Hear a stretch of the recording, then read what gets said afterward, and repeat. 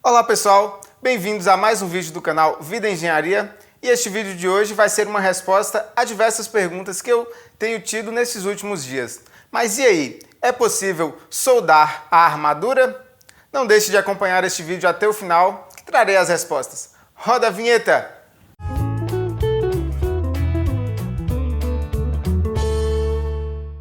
Muita gente tem me perguntado se é possível soldar as nossas armaduras.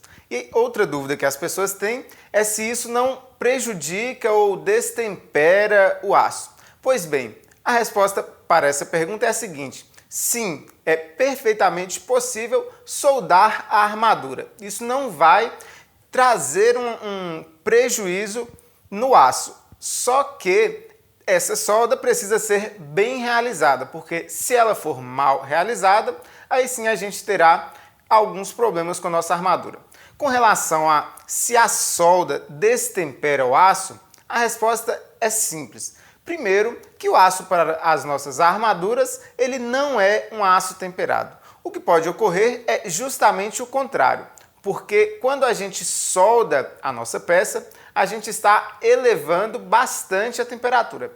E se por um acaso você gerar um resfriamento brusco nesta superfície, você vai estar gerando naquele ponto ali uma têmpera. Mas o que é, na verdade, o aço temperado e essa têmpera que o pessoal tem me perguntado muito nos comentários? A têmpera é um processo que, digamos assim, revolucionou a humanidade, que é um processo na qual você aquece o aço a uma temperatura super elevada, depois dá um choque térmico com água ou com alguns óleos, para que a superfície ali, né, essa peça que está sofrendo esse processo, ela se torne extremamente dura. E quando é que é utilizado isso? É utilizado em lâminas de machado, lâminas de facão, porque naquele ponto ali o aço se torna muito duro. E não é isso que a gente quer na nossa construção civil e na nossa armadura. A gente quer o aço dentro das normas. Se o aço for muito duro, ele corre o risco de não conseguir dobrar e ele perde também a sua flexibilidade e se torna inútil para a construção civil. Agora que você já sabe que é possível soldar a armadura e que desde que ela seja feita da maneira correta, você não terá perda de resistência no seu aço, na sua armadura, eu gostaria de fazer uma pergunta-chave para você. Para que você quer soldar a sua armadura? Sempre quando eu faço essa pergunta, geralmente ela vem acompanhada de duas respostas. Algumas pessoas dizem que pretendem soldar a armadura porque acreditam que a armadura soldada ela fica mais resistente do que a armadura amarrada, e outras pessoas dizem que gostariam de soldar a sua armadura porque assim elas ganhariam tempo. Mas e aí, vamos analisar esses dois critérios. Se a sua resposta para esta pergunta, por que soldar a armadura, foi uma dessas duas, para ganhar tempo e para ganhar resistência, o que eu tenho para dizer para você é que não solde a sua armadura. Por que eu digo não solde a sua armadura? Porque solda não foi feito para prender estribo nas barras longitudinais. O papel da solda, ele é realmente outro papel. E é isso que eu gostaria de explicar para vocês agora. Quando é que a gente deve utilizar a solda? Os dois principais casos onde a gente deve utilizar a solda nas nossas armaduras é quando você pretende fazer uma recuperação estrutural, seja por um acidente ou por uma oxidação, né, uma corrosão da ferragem, ou quando você, por falha de execução, você não deixou o comprimento de ancoragem necessário na sua armadura, seja no arranque do pilar ou em algumas expansões ou emenda da sua estrutura, você esqueceu de manter o comprimento de ancoragem necessário, então você precisa emendar essas barras e a solda é excelente nestes casos. As duas principais vantagens nestes casos é que, primeiro, a solda ela é relativamente barata e segundo que soldar não é difícil de se encontrar mão de obra capaz de realizar a solda. É um serviço relativamente fácil de se encontrar. Existem diversas normas brasileiras que tratam sobre este assunto de solda. Isso acaba gerando uma dificuldade em se compreender e esclarecer o procedimento correto para utilizar essa solda. Então eu gostaria de falar aqui para vocês as principais maneiras de se fazer essa solda da maneira correta e da forma com que está previsto nessas normas. Vou tentar resumir para vocês.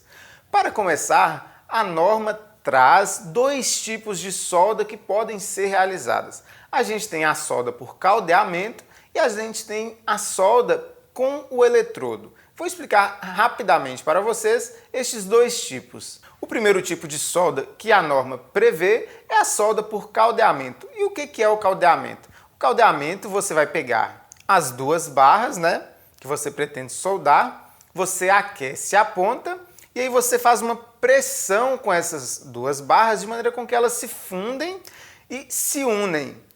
Esse tipo de solda por caldeamento só é recomendado para barras acima de 10 milímetros e geralmente é realizado com o auxílio de equipamentos. Então, as pessoas que fazem solda por caldeamento, elas já estão treinadas e já sabem esses procedimentos, como são feitos. O segundo processo de soldagem que a gente pode utilizar é a soldagem com o arco elétrico com o eletrodo revestido. Essa solda convencional aí que a maioria das pessoas está acostumada a ver. E o que a gente tem de dica para este tipo de soldagem?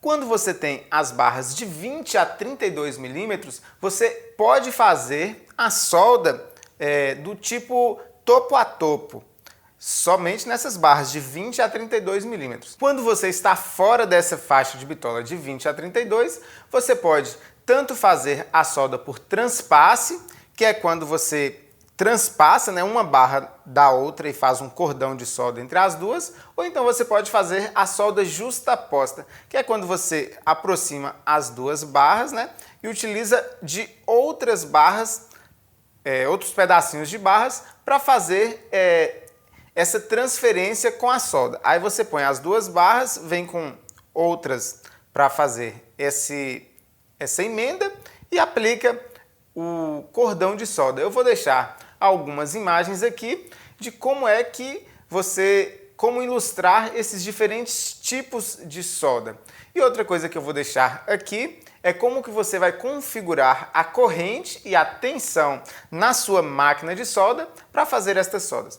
Agora, um ponto importantíssimo nas soldas e nesses procedimentos nem é tanto como que você solda a peça, e sim como você resfria a peça, justamente para que não ocorra aquele processo que eu expliquei lá no início, que é o processo de tempera. Então, após a solda, você tem que deixar a peça esfriar de maneira lenta e em algum local que não tenha umidade, em um local seco, e manter este resfriamento lento, ou seja, um resfriamento à temperatura ambiente. A dica que eu gostaria de deixar para vocês neste vídeo é que toda a armadura soldada, ela precisa ser ensaiada no laboratório por amostragem. Então, se você não pretende levar esta sua armadura para fazer os testes em laboratório, é melhor que você não faça essa solda. Neste caso, quando for necessário, que foi aqueles dois exemplos que eu citei para vocês que eu considero necessário, né? Ou seja, nos casos de recuperação estrutural e nos casos onde que você não tem o comprimento de ancoragem necessário, aí você pode contratar alguém especializado e que vai fazer este procedimento de solda e de ensaios de laboratório conforme pede a norma. A melhor maneira de se fazer as armaduras ainda continua sendo a nossa velha união do arame cozido com a nossa chave Torquês. Então, solda não foi feito para prender estribos nas nossas barras longitudinais. Algumas ferramentas semiautomáticas ou automáticas, elas já conseguem fazer essa união, né, do arame cozido com a sua armadura, dispensando até mesmo a chave Torquês, né? Alguns falam chave turquesa, chave truquesa, mas é a nossa chave Torquês. Então, só que como essa ferramenta ela ainda não se popularizou, a melhor forma é essa aí mesmo, você dominar a chave e o arame e continuar fazendo da maneira com que você já faz. Não vamos aí utilizar solda para ficar prendendo estribos.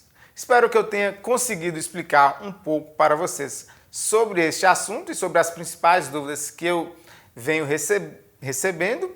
Se ficou mais dúvidas, deixe aí nos comentários. Se você gostou do vídeo, não deixe de clicar no gostei e de se inscrever no nosso canal.